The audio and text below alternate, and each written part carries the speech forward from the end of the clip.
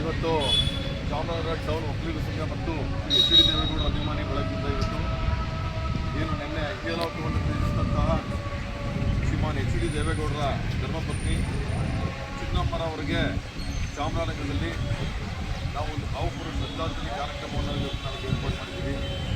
ಇವತ್ತು ಮುಂದಿನ ಮಗ ಅಂತ ಖ್ಯಾತಿಯನ್ನು ಪಡೆದಂಥ ಸನ್ಮಾನ್ಯ ದೇವೇಗೌಡರು ಈ ರಾಜ್ಯದ ಮುಖ್ಯಮಂತ್ರಿ ಪ್ರಧಾನಮಂತ್ರಿಯಾಗಿ ಬಹಳ ದೊಡ್ಡ ಸ್ಥಾನಗಳಿಗೆ ಬರೋದಕ್ಕೆ ಅತ್ಯಂತ ಪ್ರಮುಖ ಕಾರಣಕರ್ತರು ಅವರ ಶ್ರೀಮತಿಯಾದಂಥ ಚಿನ್ನಮ್ಮರವರು.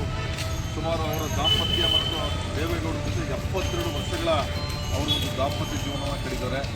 ಮತ್ತು ದೇವೇಗೌಡರು ರಾಜಕಾರಣದಲ್ಲಿ ಅವರು ಬಹಳ ಬ್ಯುಸಿ ಇದ್ದಂಥ ಸಂದರ್ಭದಲ್ಲಿ ಕುಟುಂಬದ ಜವಾಬ್ದಾರಿ ಇರ್ಬೋದು, ಮತ್ತು ಮಕ್ಕಳ ವಿದ್ಯಾಭ್ಯಾಸ ಇರ್ಬೋದು, ಮತ್ತು ಮನೆಗೆ ಯಾವುದೇ ಅತಿಥಿಗಳಿರಲಿ, ಜನಸಾಮಾನ್ಯರಲ್ಲಿ ಬಂದರೆ ಅವ್ರನ್ನ ಅತ್ಯಂತ ಗೌರವದಿಂದ ಅವರಿಗೆ ಊಟ ತಿಂಡಿಗಳನ್ನು ಕೊಡಿಸೋದ್ರ ಮೂಲಕ ಅವರ ಪ್ರತಿಯೊಂದು ಕೆಲಸ ಕಾರ್ಯಗಳನ್ನು ಚಿನ್ನಮ್ಮನವರು ಮಾಡ್ಕೊಂಡು ಬರ್ತಾಯಿದ್ರು.